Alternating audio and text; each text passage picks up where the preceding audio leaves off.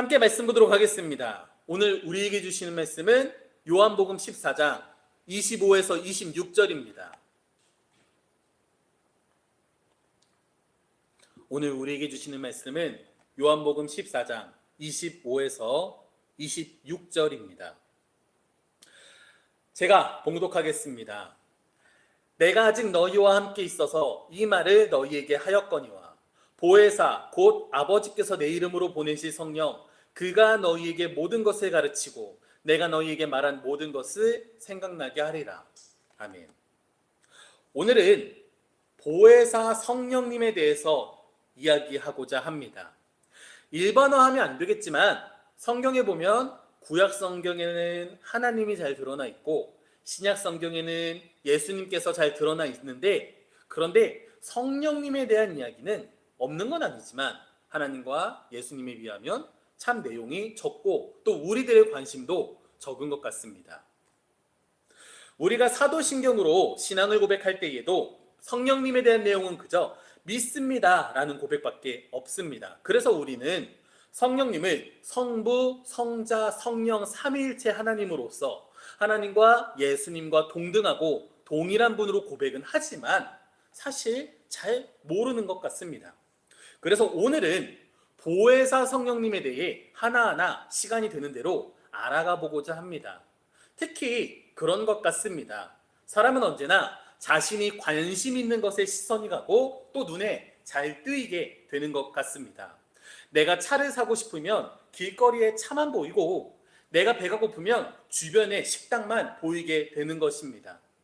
오늘 설교를 준비하며 성경을 읽어보니까, 그리고 특별히 성령님에 대해 집중해서 보니까 성령님에 대한 정말 많은 기록들이 있더라고요. 스스로 반성하게 되었습니다.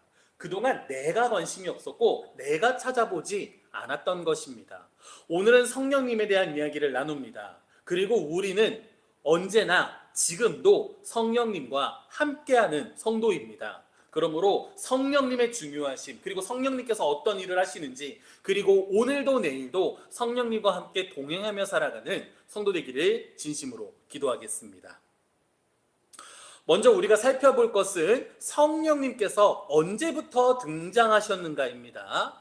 사실 성경 곳곳을 살펴보면 이미 구약부터 신약까지 온갖 곳에서 다 자신을 드러내 보이십니다. 우리가 잘 안 읽었을 뿐입니다. 그런데 우리가 결정적으로 성령님을 인식하게 되는 곳이 어디입니까? 바로 우리가 오늘 읽은 요한복음 14장 25에서 26절입니다. 이는 예수님의 고별 설교 중 일부입니다. 바로 요한복음 13에서 16장까지 예수님께서 이제 십자가를 지시기 전날 밤 제자들과 대화를 나누시는데, 이때 보혜사 성령님에 대한 언급을 합니다. 내가 아직 너희와 함께 있을 때 말한다. 하나님께서 내 이름으로 성령님을 너희에게 보내주실 것이다. 자, 그렇다면 본문을 통해 성령님께서는 어떤 분이신지 한 번 더 개념을 잡고 가면 좋겠습니다. 먼저 26절을 보시면 이 보혜사 성령님께서 우리에게 어떻게 오시게 되는지를 알 수 있습니다. 26절 하반절을 보시면 곧 아버지께서, 그러니까 성령님은 하나님께서 보내신 것입니다. 그리고 내 이름으로, 성령님은 예수 그리스도의 이름으로 오신 것입니다. 정리하면 성령님은 하나님께서 예수 그리스도의 이름으로 보내신 분이다. 그리고 오셔서 어떻게 하십니까? 적당히 있다가 떠나십니까? 일회성으로 오신 것입니까? 그렇지 않습니다. 오늘 읽은 본문보다 좀 더 앞선 16절을 보면은 영원토록 너희와 함께 있게 하겠다라고 말씀하십니다. 즉 성령님께서는 하나님께서 예수님의 이름으로 보내시는데 그 성령님은 우리와 영원토록 함께 하신다라는 것입니다. 그렇다면 성령님께서 하나님께서 보내시고 예수님의 이름으로 오시고 우리와 영원히 함께 하시는데 어디 계신 걸까요? 내 앞에, 내 옆에, 내 위에, 어디에서 함께 하시는 걸까요? 이어서 17절 하반절입니다. 너희와 함께 거하시며 또 너희 속에 계시겠음이니라. 우리 성도님들께 권면합니다. 우리에게 성령님께서 오셨습니다. 그리고 지금도 우리와 함께 하십니다. 내 안에 거하셨습니다. 내 속에 함께 하십니다. 지금 내 안에 있는 성령님을 경험하는 성도가 되기를 진심으로 소망합니다. 그렇다면 다음으로 성령님께서 하나님께서 예수님의 이름으로 보내시고 우리와 함께 하시고 영원토록 함께 하시고 내 안에 영원토록 함께 거하시는데 그 성령님께서는 무슨 일을 하십니까? 다시 오늘 본문 26절을 보면 성령님께서는 예수님의 이름으로 왔다고 합니다. 이 표현의 의미는 간단합니다. 이제 예수님께서 물러나시고 성령님께서 오셨다, 성령님께서 일하신다가 아니라 예수님과 성령님께서 연속 선상에 계시며 예수님의 사역을 이어가기 위해 오셨다는 것입니다. 그리고 성령님께서 이어가신다는 예수님의 사역은 무엇인가? 26절 하반절입니다. 성령님, 그가 너희에게 모든 것을 가르쳐준다. 그리고 예수님, 내가 너희에게 말한 모든 것을 성령님이 생각나게 한다는 것입니다. 먼저 성령님께서 우리에게 모든 것을 가르쳐 주신다는 것이 무슨 뜻일까요? 우리가 수능을 다시 볼 수 있게 도움을 주시려고 국어, 수학, 영어, 과학 그런 걸 가르쳐 주신다는 의미일까요? 그렇지 않겠죠. 다만 이렇게 말씀하시는 분들이 계십니다. 오늘날 성령님께서 우리와 함께 하신다. 성령님께서 우리에게 모든 걸 가르쳐 주신다. 즉 성경에 기록되어 있지 않은 새로운 계시를 우리에게 주신다. 이제는 하나님도 예수님도 아니라 지금 내게 임재하셔서 나를 이끄시는 그 성령님의 말씀으로 살아가라. 이렇게 하시는 분들이 종종 계십니다. 그런데 이건 굉장히 위험한 발상입니다. 물론 성령님께서는 뭐든지 하실 수 있는 전능하시고 전지하신 하나님과 동등하신 분입니다. 그런데 그 새로운 계시가 과연 진짜 하나님의 계시인지 단순히 내 생각인지 심지어는 마귀의 계략인지 우리는 절대 구분할 수 없기 때문입니다. 오히려 성경에서는 이렇게 말합니다. 히브리서 1장 1에서 2절입니다. 제가 읽겠습니다. 옛적의 선지자들을 통하여 여러 부분과 여러 모양으로 우리 조상들에게 말씀하신 하나님이 이 모든 날 마지막에는 아들을 통하여 우리에게 말씀하셨으니 이 아들을 만유의 상속자로 세우시고 또 그로 말미암아 모든 세계를 지으셨느니라. 아멘. 우리는 예수님의 말씀으로 충분합니다. 이것을 기억해 주시기 바랍니다. 그래서 성령님께서 우리에게 모든 것을 가르쳐 준다는 것은 예수님의 말씀 그 뒷부분과 함께 생각하길 바랍니다. 바로 예수님께서 우리에게 말한 모든 것을 생각나게 해주신다는 의미입니다. 우리는 언제든 원한다면 성경을 읽을 수 있습니다.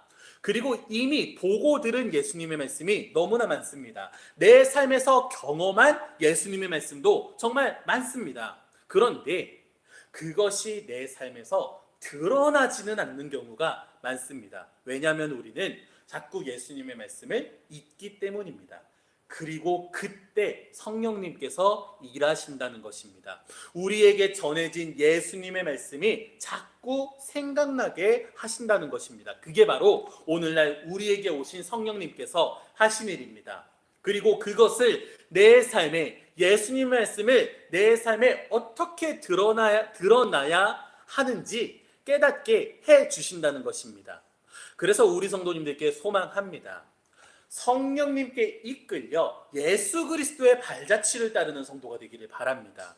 그것이 오늘날 우리가 성령님과 함께 살아가는 성도의 모습입니다.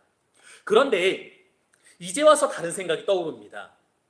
성령님이 어떻게 오시는지도 알았고 오셔서 어디에 거하시는지도 알았고 성령님께서 무슨 일을 해주시는지도 이제는 이해가 됩니다. 그런데 이런 생각이 듭니다.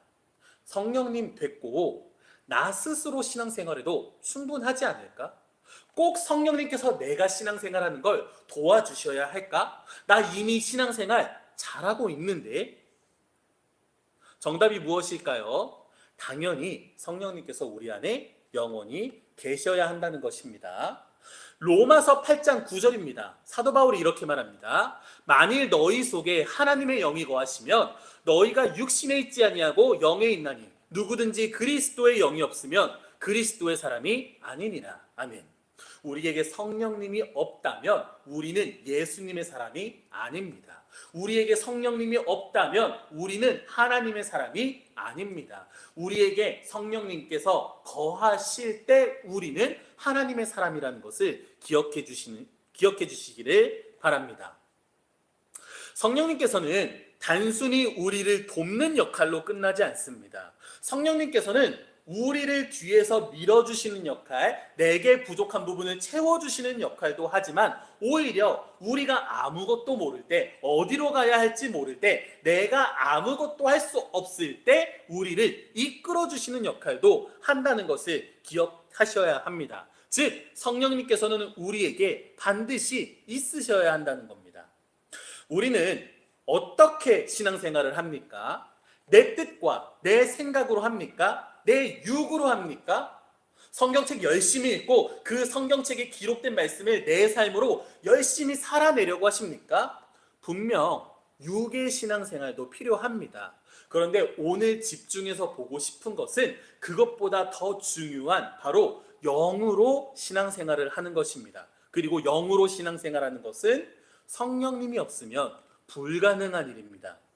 때로 우리가 신앙생활을 할 때에 마음이 뭉클해지거나 어떤 큰 감동이 밀려올 때가 있습니다. 그런데 그런 사건들조차도 우리 안에 성령님께서 함께 거하시지 않는다면 그건 그저 육적인 감정에 의한 반응입니다. 나의 영이 흔들리고 나의 영이 어우러 만져져서 드러나는 것이 아니라 그저 호르몬 작용에 의한 감정일 뿐이라는 것입니다. 우리의 신앙생활 중에는 이 육을 배제해서는 안 됩니다. 그러나 반드시 영이 함께 예배해야 될 것입니다. 그리고 그것은 오직 성령님께서 우리 안에 거하실 때만 가능한 일입니다. 요한복음 3장 5에서 6절입니다. 오늘 본문보다 한참 전입니다. 예수님과 니고데모의 대화입니다. 예수님께서 대답하십니다. 진실로 진실로 너에게 이르노니 사람이 물과 성령으로 나지 아니하면 하나님의 나라에 들어갈 수 없느니라. 육으로 난 것은 육이요 영으로 난 것은 영이다. 아멘. 이 외에도 성령님께서 왜 우리와 함께 하셔야 되냐면 하면서 읽고 싶은 성경 구절이 정말 많습니다. 성경에 보면 성령님에 대한 이야기가 정말 넘치게 있습니다. 그런데 우리 설교 1시간, 2시간 할 거 아니니까 생략하도록 하겠습니다. 나중에 우리 성도님들께서 직접 한번 로마서 8장 1에서 17절까지 집중해서 묵상하시면서 한 번 더 읽어보시기를 원합니다. 우리 성도님들께 한 번 더 권면합니다. 우리는 육뿐 아니라 영으로 살아가야 하는 성도입니다. 그리고 우리가 영으로 살아갈 때에는 반드시 성령님께서 함께 하셔야 된다는 것을 기억하시기 바랍니다. 그렇기에 우리 성도님들께 한 번 더 권면합니다. 요한복음 4장 23에서 24절입니다. 제가 봉독하겠습니다. 요한복음 4장 23에서 24절입니다. 아버지께서 참되게 예배하는 자들은 영과 진리로 예배할 때가 오나니 곧 이때라. 아버지께서는 자기에게 이렇게 예배하는 자들을 찾으시느니라. 하나님은 영이시니 예배하는 자가 영과 진리로 예배할지니라. 아멘. 우리 성도님들께 권면합니다. 영과 진리로 예배하는 성도가 되기를 진심으로 소망합니다. 마지막입니다. 그렇다면 이제 성령님께서는 하나님께서 보내시고 예수님의 이름으로 보내시고 영원히 우리와 함께 하시고 내 안에 거하시며 우리가 영으로 살기 위해선 우리가 영으로 예배하기 위해선 반드시 성령님께서 함께 하셔야 된다는 것을 이젠 알았습니다. 그렇다면 우리가 성령님과 함께인데 성령님과 함께 영으로 살아가는 성도는 어떻게 살아가야 될까요? 또는 어떤 모습이 드러나야 될까요? 또는 우리에게 성령님이 함께 하신다는 증거가 무엇일까요? 아주 대표적인 예시로 어떤 교회에서는 성령님께서 우리에게 임재하시면 그 증표로 방언을 하게 된다, 그렇게 말하기도 합니다. 이것도 성령님께서 우리와 함께 하신다는 하나의 증거이며, 또 성령님께서 우리와 함께 하실 때 우리에게 주시는 아주 중요한 능력이기도 합니다. 우리 성도님께도 권하건대 방언하시기 바랍니다. 그 외에는 또 어떤 모습이 있을까요? 성경 살펴보겠습니다. 또 유명한 성령에 대한 가르침입니다. 갈라디아서 5장 16에서 26절입니다. 본문을 한번 쭉 훑어보시면 사도 바울은 우리에게 이렇게 말합니다. 너희는 성령을 따라 행하라. 그렇다면 우리에게 어떤 변화가 있는지, 우리가 무엇을 얻게 되는지 자세하게 기록하고 있습니다. 그런데 이 부분도 너무 길어서 지금 설명을 다 드리기 어려울 것 같아요. 설교가 너무 길어져요. 그러니까 갈라디아서 5장 16에서 26절도 우리 성도님들께서 꼭 한번 읽어보시기 바랍니다. 다만 여기에 굉장히 유명한 성령에 대한 이야기가 나옵니다. 바로 성령의 9가지 열매입니다. 한 번만 제가 이 성령의 9가지 열매만 다시 한번 소개해 보겠습니다. 22에서 23절입니다. 오직 성령의 열매는 사랑과 희락과 화평과 오래 참음과 자비와 양선과 충성과 온유와 절제이다. 아멘. 특히 우리 예린교회의 연구표어가 무엇입니까? 다들 아시죠? 충성되고 지혜 있는 자입니다. 그런데 성령의 열매 중 한 가지가 무엇입니까? 바로 충성입니다. 우리 예린교회는 예수님께서 찾으시는 대로 하나님께 충성되고 지혜 있는 자가 되고자 합니다. 그런데 내가 충성하는 게 아닙니다. 성령님께서 우리와 함께 하실 때에 충성이라는 열매를 받게 되는 것입니다. 즉, 충성이라는 것 또한 육으로 충성하는 것뿐만이 아니라 영으로 충성하는 것입니다. 그리고 영으로 충성하는 것 또한 반드시 성령님의 도우심이 있을 때에만 할 수 있는 일입니다. 우리 성도님들, 성령님과 함께 하셔서 우리 예린교회의 연구표처럼 충성된 성도가 되기를 진심으로 기도합니다. 마지막으로 한 가지만 더 보겠습니다. 이 또한 성령님께서 우리와 함께 하실 때 드러나는 성령님의 가르침이자 성령님이 우리와 함께 하신다는 증거입니다. 사도행전 1장 8절입니다. 제가 읽겠습니다. 예수님께서 말씀하십니다. 오직 성령이 너희에게 임하면 너희가 권능을 받고 예루살렘과 온 유대와 사마리아와 땅끝까지 이르러 내 증인이 되리라 하시니라. 아멘. 너무나 유명한 말씀입니다. 우리는 예수님의 증인이 되어야 됩니다. 그런데 그것조차도 성령님께서 우리에게 임하실 때에 할 수 있는 일이라는 것입니다. 그리고 거꾸로 우리에게 성령님께서 임하신다면 우리는 권능을 받게 됩니다. 그리고 예수 그리스도의 증인이 된다는 것입니다. 마무리하겠습니다. 저는 오늘 설교를 준비하기 전까지 성경에 참 성령님에 대한 이야기가 없다라고 생각을 했어요.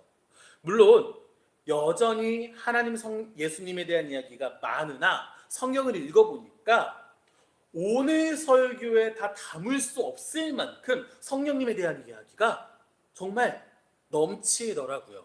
아, 내가 성령님을 오해했구나. 아, 내가 성령님을 너무 몰랐구나. 이런 생각이 들었습니다. 특히 오늘 우리가 나눈 이야기들 중에 이 성령님에 대한 이야기는 오직 신약 성경에 기록된 성령님에 대한 이야기만 나눴습니다. 그마저도 다 하지 못했죠. 그런데 구약 성경에도 보시면 성령님에 대한 이야기가 풍족하게 넘치고 있습니다. 오히려 그것도 다 하지 못한 게 너무나 아쉬울 따름입니다. 오늘 설교는 성령님에 대해 우리가 다 나누기에 너무나 부족한 시간이었습니다. 그러나 정리된 기본적인 개념을 가지고 우리가 성령님과 함께 살아가기 위해 마지막으로 정리해 보도록 하겠습니다. 첫째, 성령님께서는 하나님께서 예수님의 이름으로 우리에게 보내주셨습니다. 둘째, 성령님께서는 우리와 함께 하시는데 특별히 우리 안에 함께 거하십니다. 그리고 영원히 거하십니다.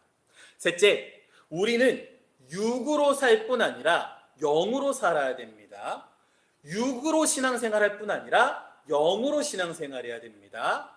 육으로 예배할 뿐만 아니라 영으로 예배해야 됩니다. 그런데 그것은 내가 하는 게 아니라 오직 성령님께서 있으실 때에 우리는 영으로 할 수 있다는 것을 기억해 주시기 바랍니다. 마지막으로 성령님께서 우리와 함께 하실 때에는 우리에게 권능을 주시며 또한 성령님께서 함께 하신다는 증표가 드러나게 되어 있습니다. 오늘 함께 읽은 성경 구절 안에서는 성령님께서 우리와 함께 하실 때 방언을 하고 성령의 열매를 맺고 권능을 받아 예수님의 증인이 된다고까지 이야기했습니다. 그 외에도 성령님께서 더 많은 일들을 하시지만 오늘은 여기까지만 기억해 주시기 바랍니다. 그리고 우리가 오늘 성령님께서 우리와 함께 하신다, 나는 성령님과 함께 살아간다 라고 알고 결단했다면 우리 오늘을 지나가고 이제 주일에 다시 만날 때까지 어떻게 살아야 되겠습니까? 성령님께서 함께 하시는 사람답게 살아가기를 원합니다. 그리고 성령님께서 나와 함께 하시다는 그 증거가 드러나기를 원합니다. 그리고 성령님께서 우리와 함께 하실 때에 우리에게 주신 그 권능, 우리를 통해 맺게 하시는 그 열매를 맺어 나가는 성도가 되기를 바랍니다. 그럴 때에 우리는 진정으로 영과 진리로 예배하게 되는 삶을 사는 성도가 될 것입니다. 제가 기도하겠습니다.